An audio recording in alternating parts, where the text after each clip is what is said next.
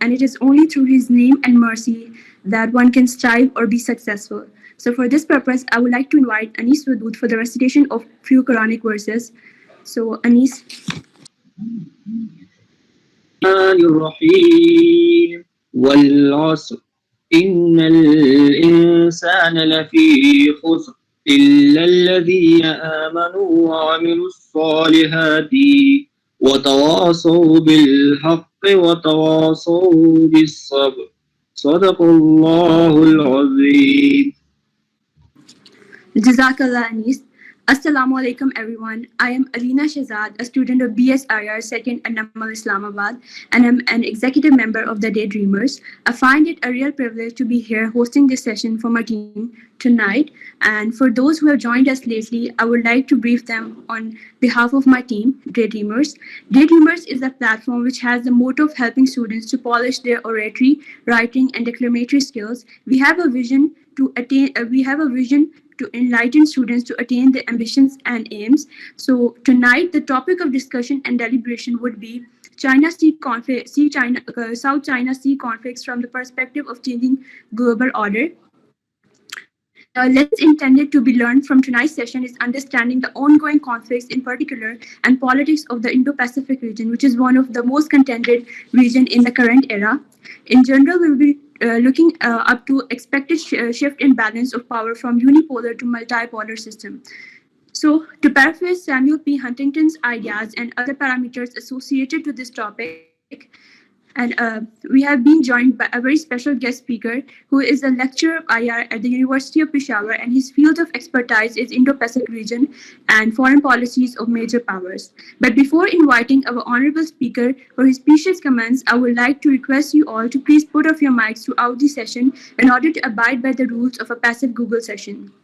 Any questions or queries to be answered should be asked in the chat box. The questions submitted in the chat box will be answered at the end of the session. So please invite with me the honorable guest speaker for tonight, Dr. Khurshid Ahmed. Thank you. Assalamu alaikum. Thank you for a very gracious introduction. I'm thankful to the dear dreamers, students of NUML, Azaz Khatak, Alina, everybody on the session today. I'm obliged and I'm honored to speak on a very important topic to you people today. First of all, let me ask, I'm going to share my screen with you. I have prepared a presentation for you people and a PowerPoint. So you see the title. The title is South China Sea Dispute, the evolving geopolitics or the evolving global geopolitics, right? And geopolitics, the geopolitical trends in the world. And I'm hopeful that everybody may know the fundamentals of geopolitics, the power politics in the world, the transition in the global politics, like the international political systems defined by the realist, by the structuralist, by the liberals, etc.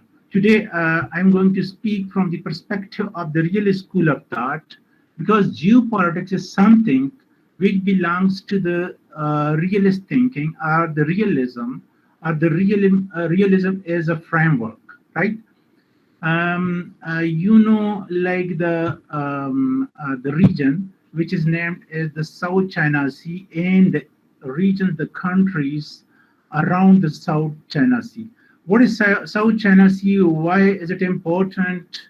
What is happening in the world with regard to the politics and the geopolitical transformation, especially in the current scenario when a rising power is challenging the status quo power, mean the United States of America. So first of all, let me share you the map of the South China Sea. You see, this is South China Sea. South China Sea is located among the various countries in the various regions, I can say. There is China, which is like East Asia. There is Southeast Asia.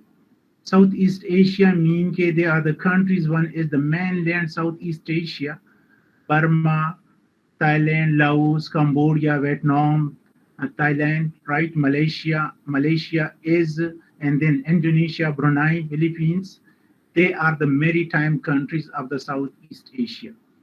Then we see the South China Sea is connected to the Indian Ocean through a strait, which is called the Strait of Malacca. And the Strait of Malacca is the busiest strait in the world. Why the busiest strait in the world? Because the international transportation with regard to trade, with regard to other types of transportation, this is almost up to 25% of the transit trade and other types of transit from this Strait of Malacca. Strait of Malacca is located between the two countries. On the one side here is Malaysia, and on the other side here is Indonesia. Both are the Muslim countries. Fortunately, unfortunately, both are the Muslim countries. And you see, as there is China. China is number one when it comes to population. Number second when it comes to military. Number third, it is military speaking. Number third, and its economy is number second in the world these days after United States of America, right? This sea, South China Sea, is quite important with regard to the developments in the world. So you see, the South China Sea, this is having a history, this is having a current, and it has a future, right? Why is it important? Because to me, this is turning to be the heartland of the world in the future. It's in 1904, Geographic Pivot of History, written by Mackinder, a researched article, in that he quoted a segment of territory located between Europe, Asia, and some part of Africa. And he said that that is the heartland with regard to its importance. And why was it important? He said that those who rule this heartland will rule the world island, and those who will rule the world island shall rule the whole world. So likewise, this is not the territory. This is the politics which is happening around the territory, or which is happening with regard to the territory. And that territory or that sea or that part of the world is focused to that. So that is somehow defining, describing the importance, the geopolitical importance, and the political importance in the world. So this is quite important. Why it is important, I shall talk about this in my next slides. Slide number 3.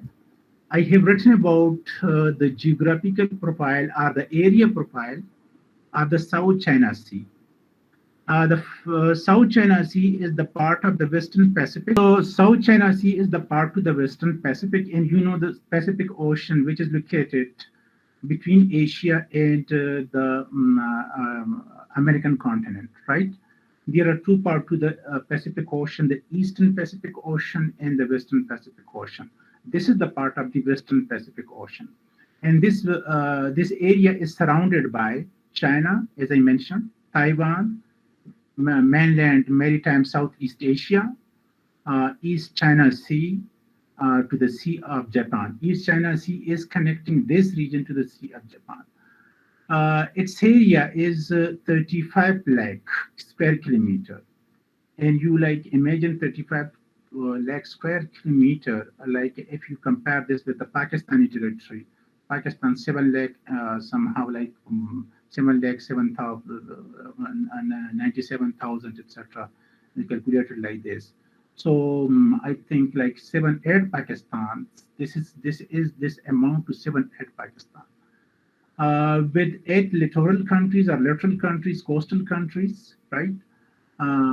Through Strait of Malacca, it is connected to the Indian Ocean, as I mentioned, the busiest strait in the world. Strait is the narrow strip of water which is connected to big reservoirs of waters. The Indian Ocean on one side and the South China Sea on the other side. That's why it is called Strait of Malacca. Then the area is very diverse. This area is quite diverse, meaning the countries located in this area, the people living in this area are quite diverse. They're ethnically diverse. You will find a lot of and variety of ethnicities in this region: Malayas, the Chinese, the Vietnamese, the Japanese, the Philippines, and they are ethnically divergent from each other. Politically, how they are politically divergent from each other, you will find almost every type of political system in this region. You will find the one-party system like China. You shall find the democracies like Japan, like Philippines, like Indonesia, Malaysia, right? You shall find the kingdoms like in Thailand. You shall find the hybrid system like the Myanmar and all these. Politically, it is very much diverse, and it impact the outward its outward interaction with the world are in the like somehow with variety of things related to other parts of the world. Religiously, this is diverse as well. Religiously mean that you shall find Christianity in this region, you shall find Buddhism in this region, you shall find for example, the Chinese civilization, which is the big part of the Chinese civilization is that is Confucius, but Confucius is not a religion; it is a civilization. A lot of people think the Chinese don't have a religion. Though there are parts of China where like Muslims are living, the Buddhists are living, etc., etc. There are Muslims like, for example, the congested, the most populated in terms of Muslims is the Indonesia, and then in second, this is Pakistan, and Malaysia is a quite advanced countries with there. Like economically, and if like we study the status of this that region, you shall find developed countries in that region, you shall find developing countries in that region, you shall find very backward countries in that region. South China Sea is home to 250 islands. This is quite important because island is the reason and the cause behind the disputes. There are three groups of islands, and they are the major groups of islands: the Horseshoes, Spratly, and Scarborough Shoals. These are three groups of island where the states are fighting or they are having disputes and differences over the islands.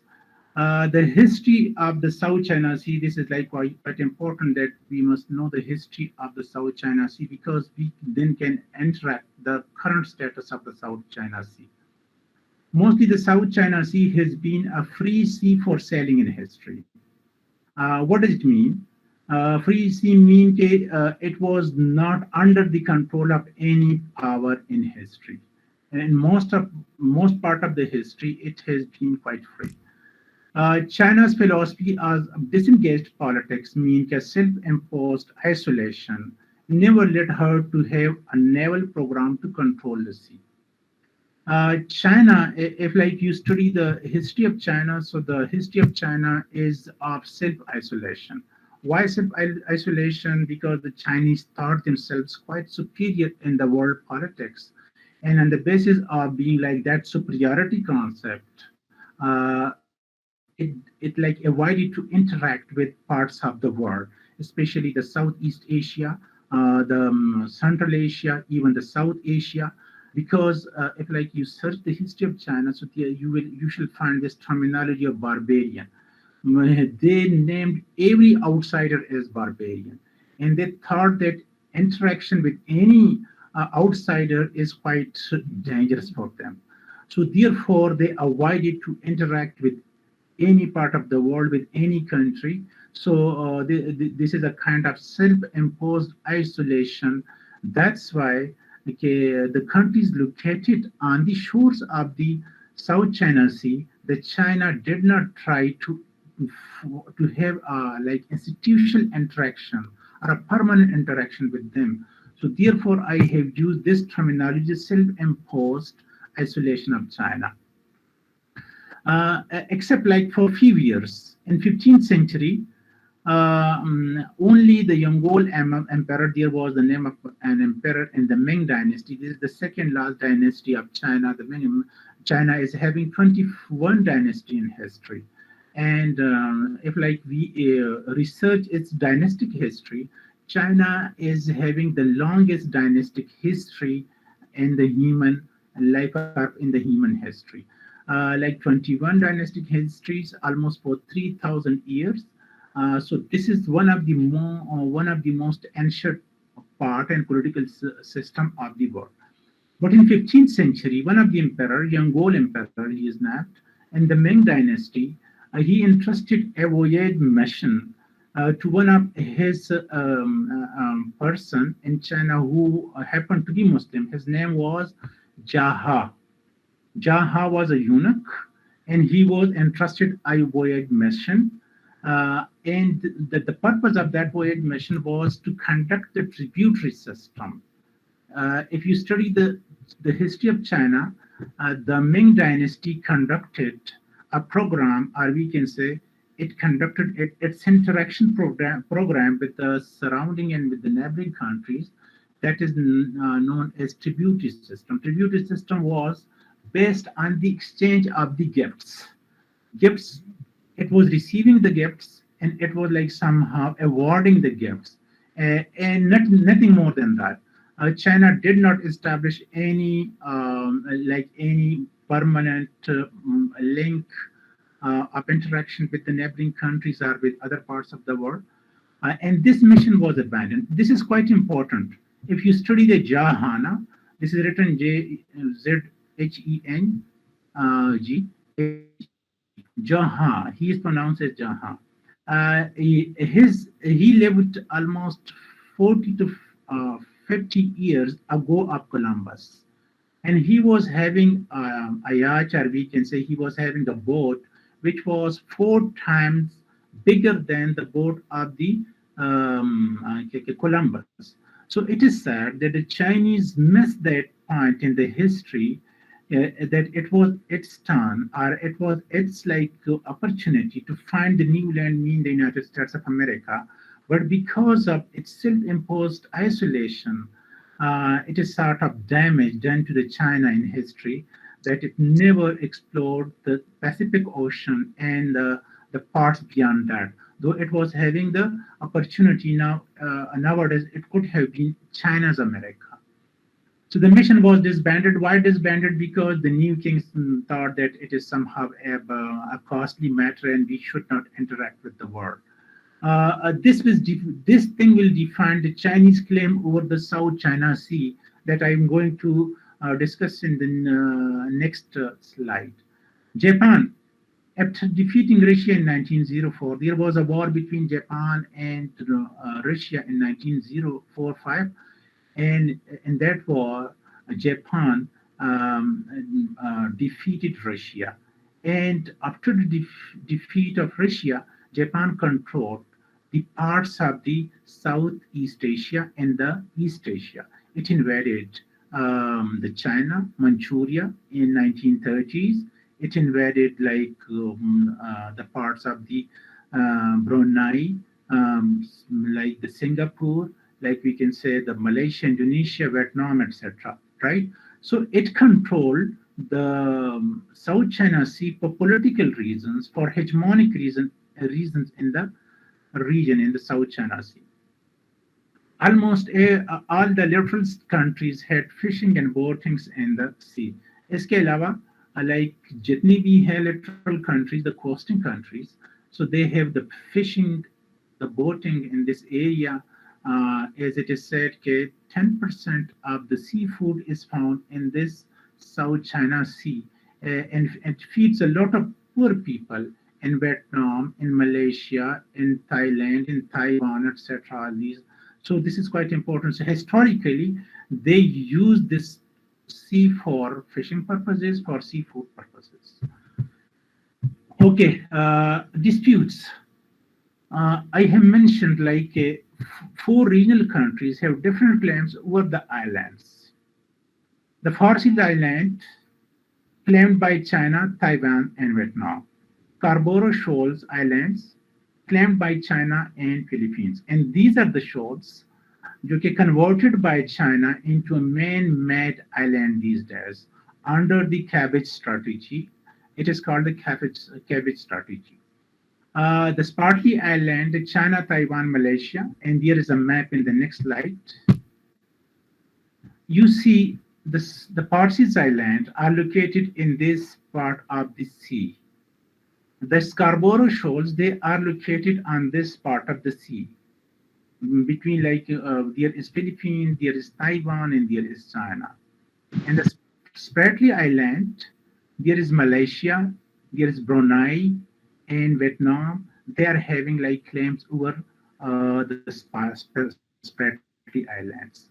Okay, if you see like the strategic somehow importance of these islands, the Parsis Islands are quite important. They are important for the mainland China. They are important for Taiwan, for the security of Taiwan, and they are the most important for Vietnam. You see, like Vietnam, Vietnam is a country starting from the China border and stretching like through the shores of the South China Sea and going to like this Thailand, like which is the Gulf of Thailand, right? If like you see, there is a problem of strategic depth for Vietnam. And what is that problem? Strategic depth is the Vietnam is missing the proper depth where it can properly protect itself because China has had a war with Taiwan in 1970s. In 1970, United States was fighting against Taiwanese in this country. It is having very volatile history.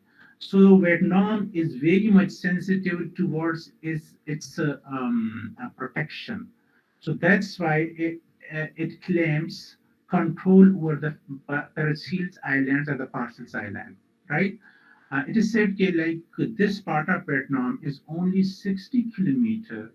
I mean, the breadth of this part of Vietnam is only 60 kilometers. So therefore, it can be invaded by any power in the South China Sea on the shores of Vietnam. So that is a kind of fear that Vietnam is having the claims over this part of like islands, and Vietnam is somehow designing its foreign policy, its strategy in this context. If like we see the Spratly Islands are also important. They are important for Brunei, for Malaysia, and China claim them as well, right? Scarborough Shoals, as I told you, that China is converting these islands or shoals into man-made islands. It is said in last 20 years, 15 years, China is trying to convert this into like somehow island where it is developing its bases, its military programs, and all these, right? And therefore, it is a point of dispute between variety of countries in this region.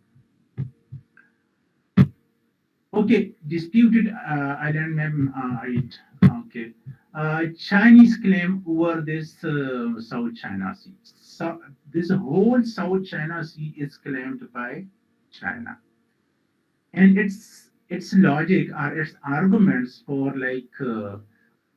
claiming over the South China Sea is the nine dash line, right?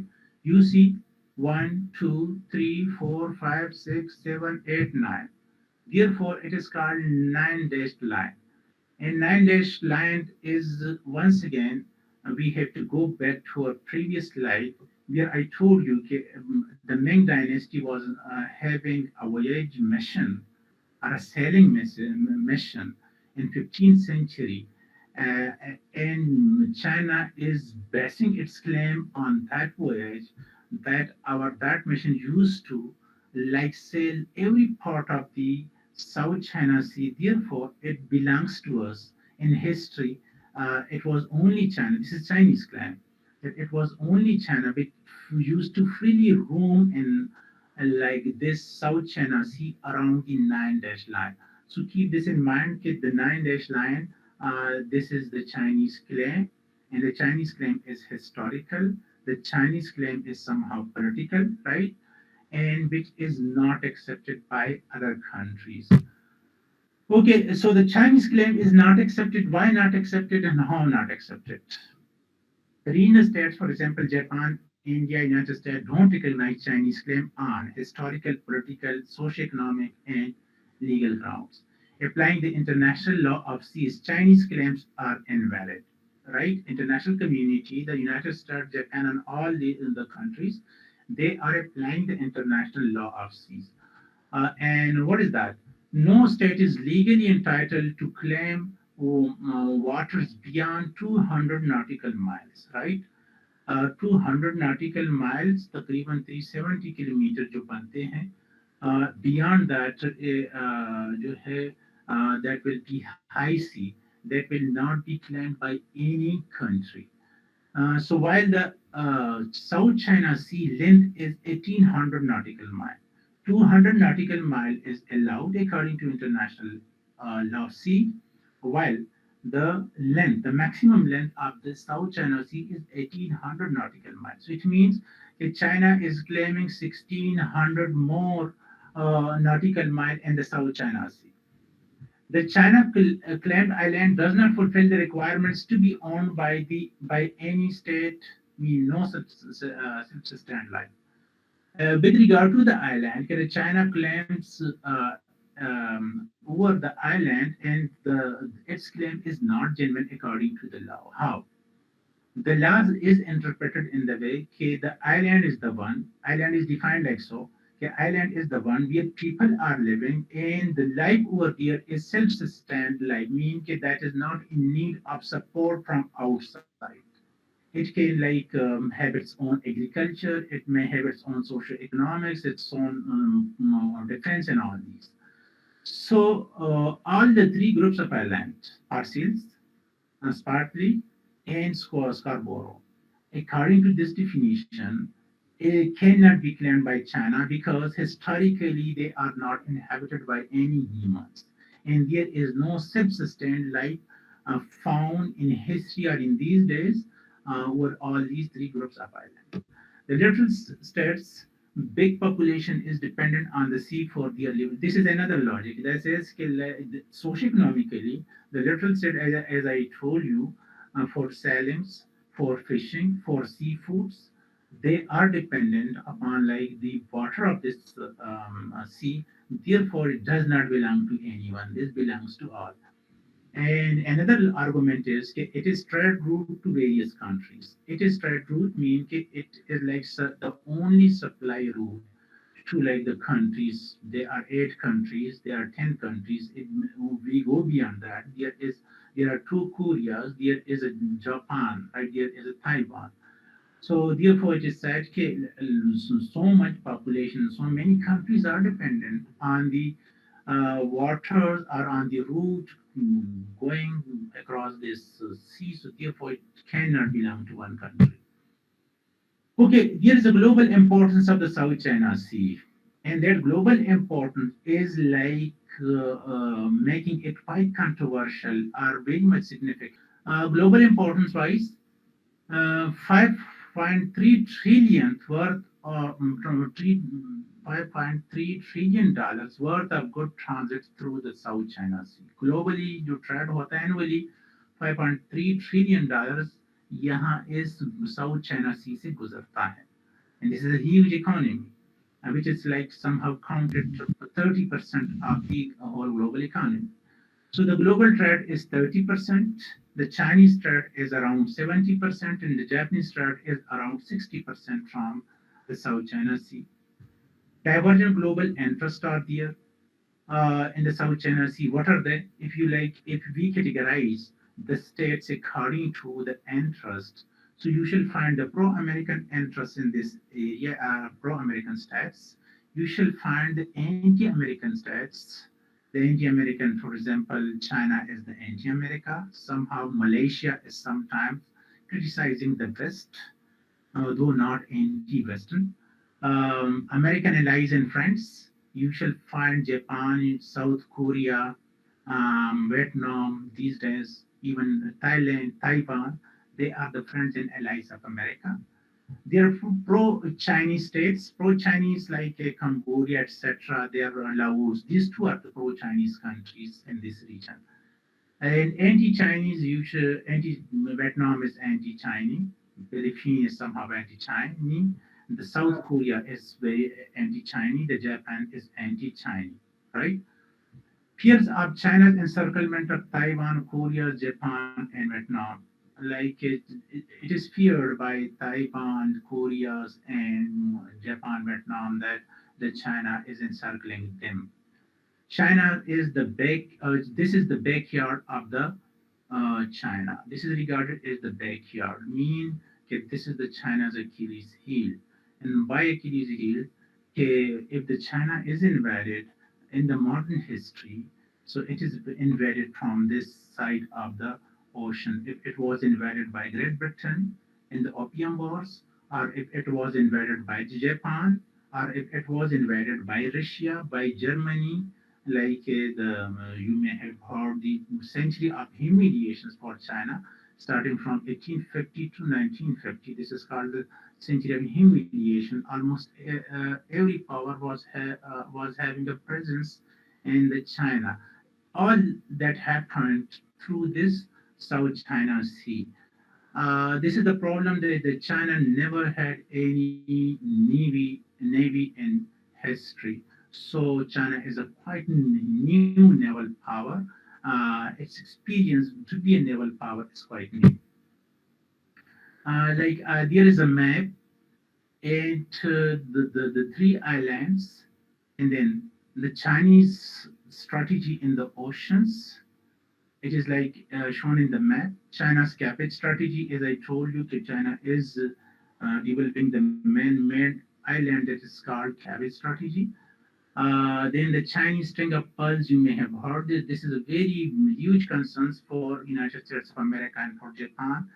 It is of the view that China is developing variety of points, the choke points, the straits, etc., to bring them under their control.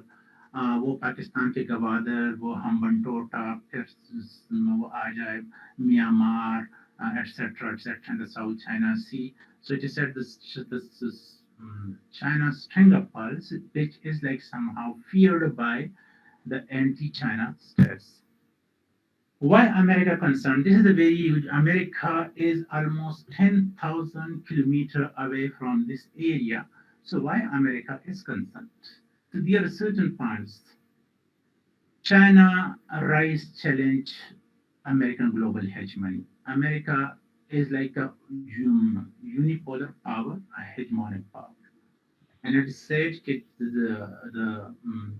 the rise of China would mean that it may like somehow push back United States of America from this region. So therefore, it is regarded as a challenge to the United States hegemony in this region. Second one, Americans' historical threat perceptions. America was once physically attacked in history, and it was in World War II from Pearl Harbor.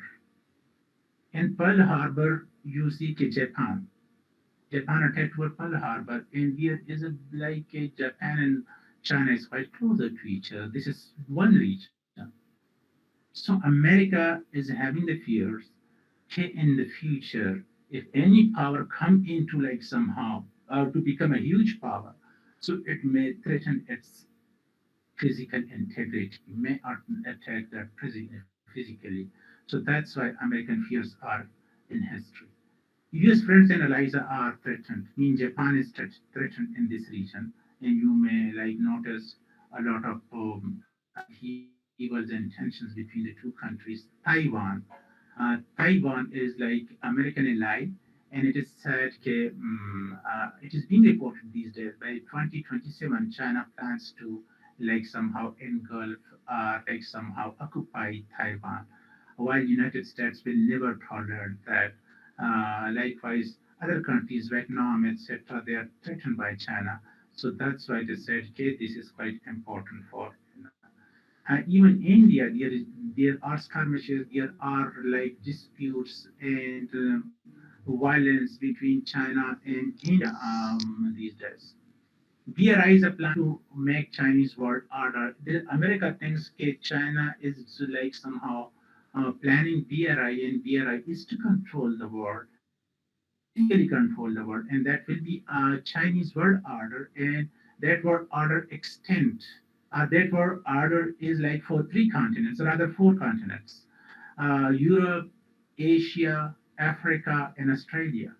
So that's why America fears if like if China extends that more much, so it will threaten our security. American trade, American billions of dollars of trade is going through the South China Sea and like the Strait of Malacca, and then beyond that, if you like the Strait of Hormuz, etc., they are quite closer to this area. Military passages, American fleet is present over there, and like you may have heard, in the 10 years back, there were chances of a war between the two when like a sort of collision took place between the American ship and a Chinese submarine. China's aggressive military design. It says that China is planning quite aggressive military, and that is like $178 billion for sorry, defense budget. Then like a heavy investment over the militarizations, military equipments, modernization, the naval program, and all these. So these are the points that makes America very fearsome. What is American policy to like challenge or to counter the Chinese rising? The first one is Obama somehow declared a policy which is known as pivot to Asia policy in 2014-2015. Obama is like he said, this is also called rebalancing strategy. It was America should not overemphasize over Middle East, should not overemphasize in the Europe, and it is now a new point that we should develop, and we should be concerned of this, and we should like promote partnerships, trade, and linkages in this South China Sea and this region. So this is called as Obama pivot to Asia. America has under Trump has adopted disengagement policy. What is disengagement policy? Disengagement policy is having a history. It is said that America engaged China after the Cold War, and on the basis of that economic engagement, China earned trillions of dollars, or China is rich because of that. So to help the Chinese economy and the Chinese politics, China, especially Trump, he raised, for example, heavy tariffs. He, for example, like a Trans-Pacific Partnership, he withdrew from Trans-Pacific Partnership and all these things. So this is somehow disengagement policy of United States of America.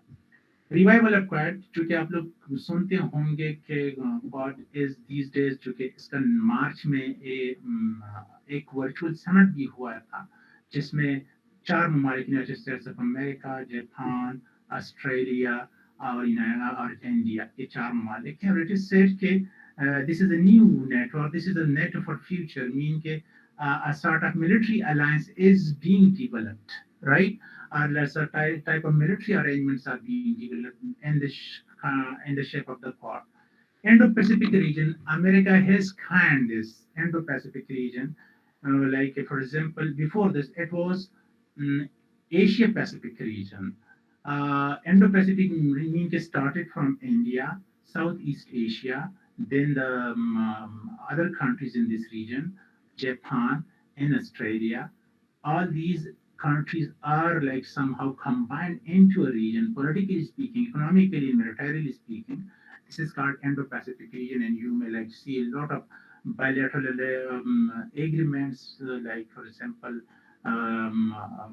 treaties and agreements between America and India. India is becoming a very strong strategic partner for United States of America. Okay, there are bilateral understanding, for example, Vietnam, for example, Thailand, etc., Malaysia, Indonesia, Philippines, etc. America is developing bilateral partnerships with them. Strategic partnership, just as I told you, strategic partnership is developed with India.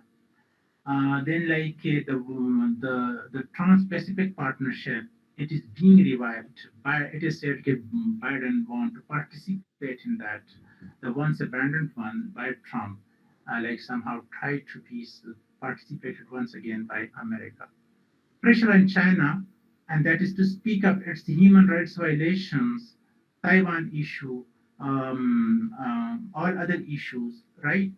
And for example, there was a foreign ministerial level meeting in Alaska last month, where the Chinese foreign minister and American Secretary of State participated, and very harsh words were exchanged in the meeting.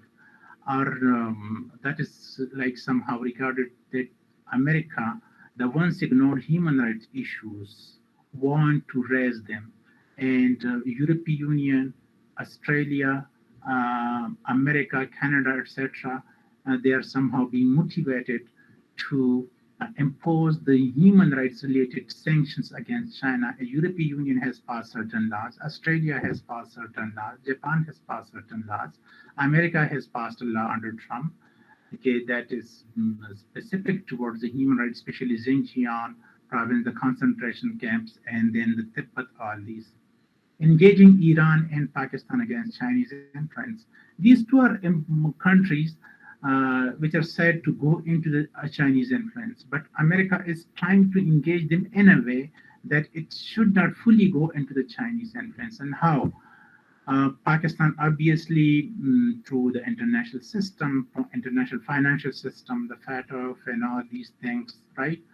Iran, Biden once again has like somehow sent a message to Iran that it wants to revive the treaty, the nuclear agreement.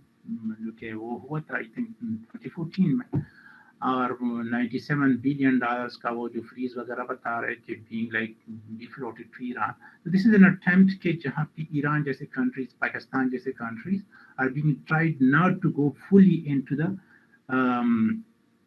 American camp. अच्छा, future fears and prospects क्या है कि lot of people discuss कि there may be war, there may not be a war. So the one is the power politics around the sea, China versus American blocks is developing, as I told. There may be Sino-US wars, and there are quite important intellectual fears to that. The CDD strap, for example, Graham Ellison in his book, he writes, okay, there are fears that the United States of America may go towards the war. John Mearsheimer is also of the view that if America is being expelled from the region, so this will be like somehow a threat, a very harsh pressure for America, and America may choose to go for war. Cannot be war. This is another perspective. The people who believe in this, that China and America cannot fight, they present two types of argument. One is interdependency. They say it's trade and like the economic interdependencies have increased that much, almost $500 plus billion annual business and trade is going on between these two countries, and therefore like America and China will not somehow endanger that. The next logic argument is China is peaceful. A lot of people say that China is peaceful. It has never fought. Its civilization is quite peaceful. It is a country which dislikes the wars, etc. etc. China is a silent diplomatic power. All these, for example, Martin Jacobs, etc. जो लोग हैं या Mumbani, etc. वो इसी argument को buy करते हैं. They tell us that there may be no war in future. There should not be war. This is another like somehow discussion, or it is coming from the countries and from like the international civil societies and the trade and the business community. Australia, for example, not try that to convince America and China that they should solve their problems through negotiations. European countries are not in favor of war between, and they are like educating somehow peaceful measures. African desire is this: there should be no war. They should like somehow get benefit from both America and China, right? But to me, all this depends on America, because in history, whenever like the war have happened between the rising power and the status quo power, this is the status quo power which has chosen the war. And America has chosen the war 4 times in a century in this last century. No other states have chosen the war. America has decided to fight the war and to like somehow annihilate or destroy the countries, or to fight a war for destruction. So to me, this the wholly solely depends upon like American mood in United States psychology and all these. This is now the time for question and answer. Thank you all for listening to me. Now we'll head towards the Q&A part of our session. So first question comes from Ali Mujahid Khattar. Sir, does Pakistan transit some of its trade through it or not? And where Pakistan stands towards this issue, because Pakistan is also a part of South Asian region. Yeah, this is quite interesting. To whom Pakistan is going, Pakistan shall join, right?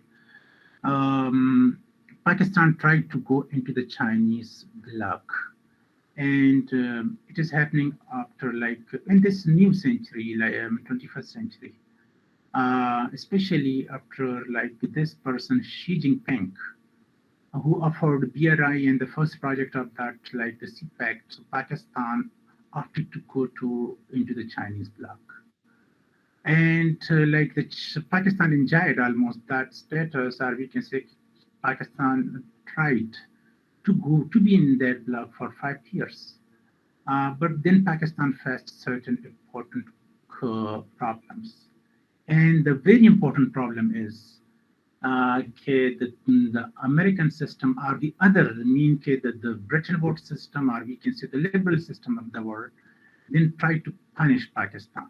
And how punish Pakistan? For example, variety of sanctions, diplomatic isolation, then FATF, other types of measures are like Pakistan tried that. Pakistan even like tried to balance the things through the we can say the Kuala Lumpur summit, and Pakistan tried to have a bloc, a Muslim bloc with Turkey, Malaysia, Iran, etc. It failed as well. And to me, according to my understanding, Pakistan is back to American bloc, and it is said like the negotiations with India these days. This is somehow like a mantra these days.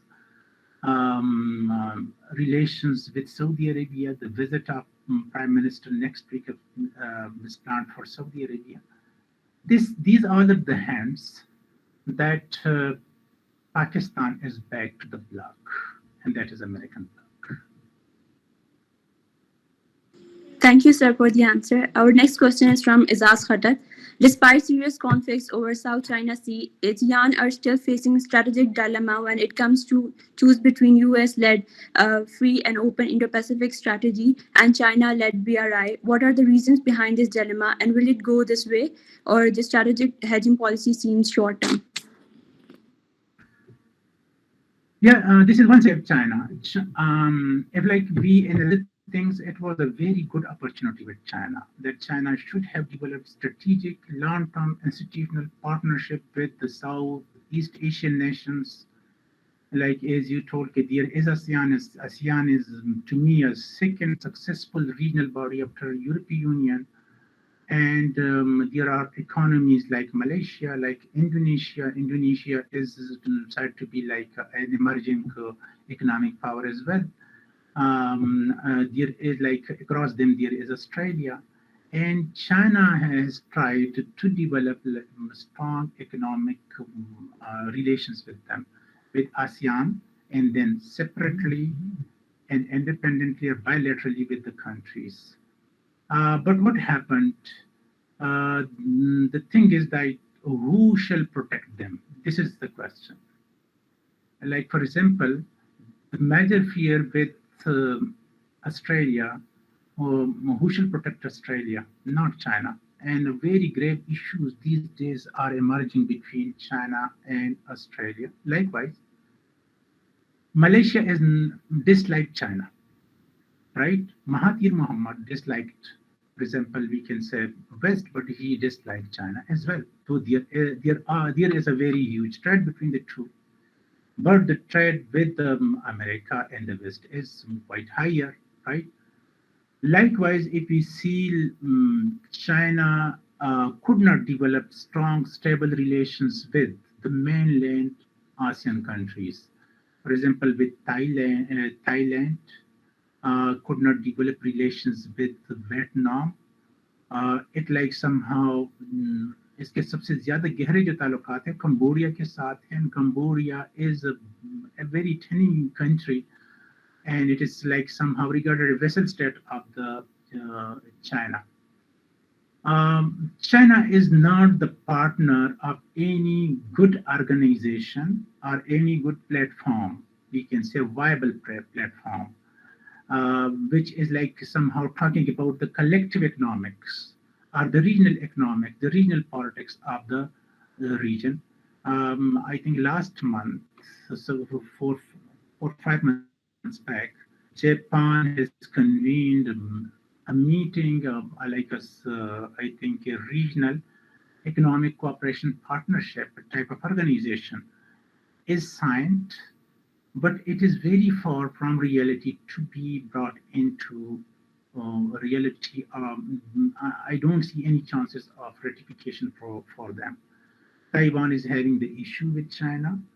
Singapore is having the issues with China. Macau and the others, the human rights issues you see were there. So to me, China could not develop, though China has very big trade, very huge trade with the countries, with ASEAN, but China has not institutionalized that. Thank you, sir, for the answer. Our next question is from Mahar Khalid Hussain. What is the role of United States in South China Sea dispute in contemporary time, and also specifies position in South China Sea dispute in current time? America is the part of the dispute. America, you see, like the China के जितने problems बने हैं ना, तो problem number one is with America. America is having free passage over there. America is keeping a fleet over there. America is having a very strong naval presence over there. America is present in the Malacca Strait. America is present in the East China Sea and the Sea of Japan. So, if we talk about Philippines developed certain differences with China, and America tried to suit Philippines, or somehow to try to, he was Obama. Then Obama tried to balance the things because he did not want to have bad relations with China as well. So there is Taiwan. There is defense treaty between Taiwan and America that the Taiwan shall be protected by America. In 1951, the 52 a treaty was signed between the two countries. There is a defense pact between Japan and America as well. And that is somehow meant that in case of, or in the situations of war, America will come to rescue them. So America is the part. America does not accept or does not recognize the Chinese claim over the South China Sea. Thank you, sir. Our next question is from Awais Nazir. Do India and Australia have any direct interest in South China Sea? If not so, then why India and Australia are involved in South China Sea dispute against China by being a part of Quad? Okay, Australia is quite an interesting case. Australia has developed very close relations with China in the past few decades. And it is said, I think that China is the biggest trade partner for Australia. But in the last 2 years, the things are not normal. China has banned certain important commodities of Australia, for example, barley, for example, wine, for example, the seafoods and all these. and it is stated by China that they are somehow dumping. China, Australia is trying to dump our market, while Australia are of the thinking that no, we are not dumping. Our system is quite open. They have repeatedly invited the Chinese to inspect their system, their production, their everything, that there is no subsidy, there are no such things, right?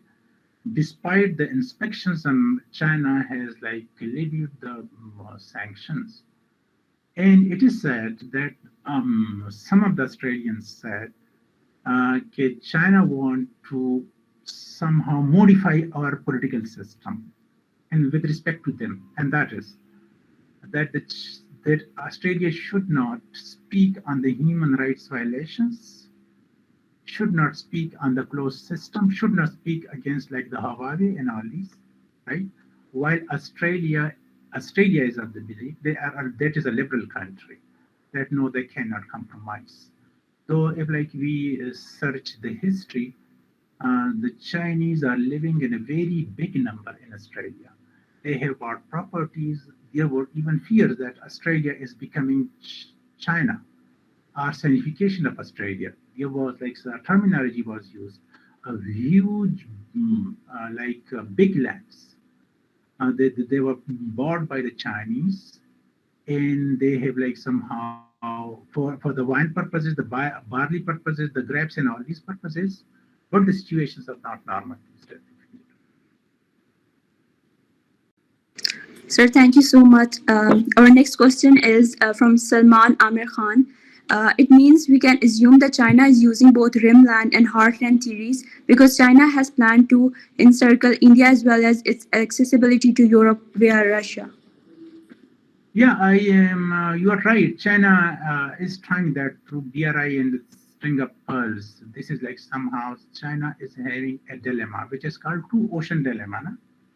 China is having only one ocean, and that is the Pacific Ocean. And with regard to territory, it is almost equal to United States of America.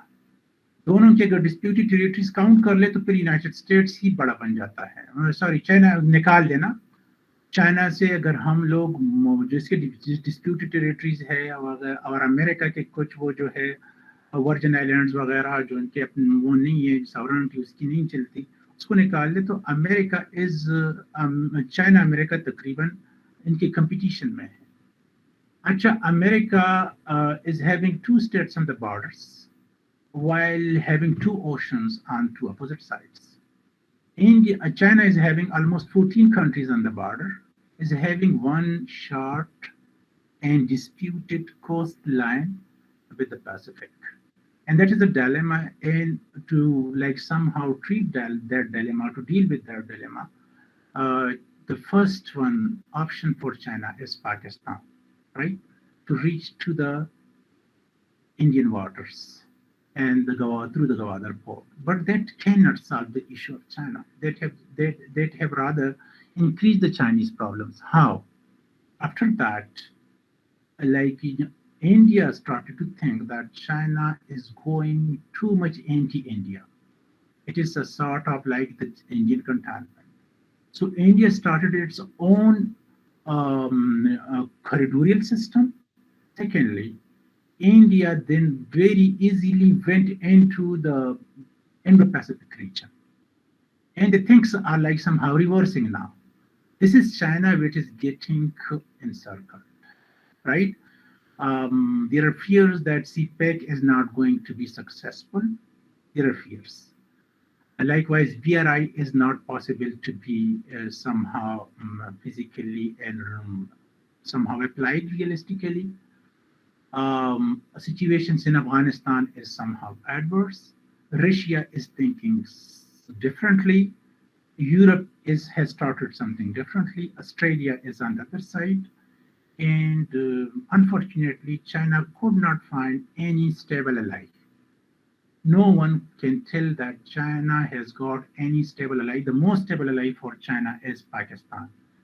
और उसके बारे में भी वो जो एक आया था ना ठांट कि ये तो एक काल से चेंज होने वाले लोग हैं, ये एक बात आई Chinese it is sad, like indoors baat ye hai ki Chinese don't trust Pakistan these days because they think that CPEC, there are hurdles in the web CPEC, and CPEC is not going to be fulfilled or completed in the due time, right? So the Chinese problem, to me, the Chinese problems are on the rise. Thank you, sir. And we will end our Q&A part of our session by the last question by Dr. Ikram Parley. Between the ongoing US-China rivalry, if there arises a conflict regarding South China Sea, which side can Pakistan go with? Pakistan would go with the United States of America. This is quite clear. Pakistan cannot go with China. Realistically or rationally speaking, Pakistan will, like, if Pakistan join, China, Pakistan will face a lot of issues and problems.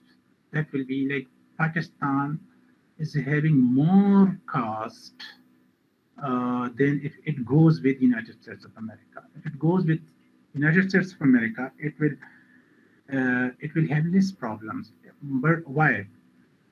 Because the things around Pakistan are not good.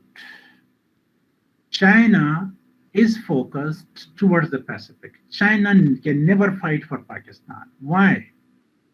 There is a line in China, I think He-Ching-Chang line. This is an imaginary line in China. 47% of China and 53% of China. 53% of China is in the west and 47% China is on the east. And in the 47% of China, 94% Chinese are living. And the 53% of China, which is projected towards Pakistan, only 5 to 6% Chinese are living. For China, the Xinjiang, the Tibet, they are just like, I can say, the protected layers. And Pakistan is a second protected layers. China will fight on one front, and China is developing that front. China's every focus is on the Pacific. It has no focus on the Pakistani side. Rather, it has caused problem for Pakistan. India repealed the Article 370 and 35A. And India is building a very huge strategic base in Ladakh with the help of the United States of America. And that is a quite dangerous thing for the CPEC and for all these things that is happening between China and Pakistan.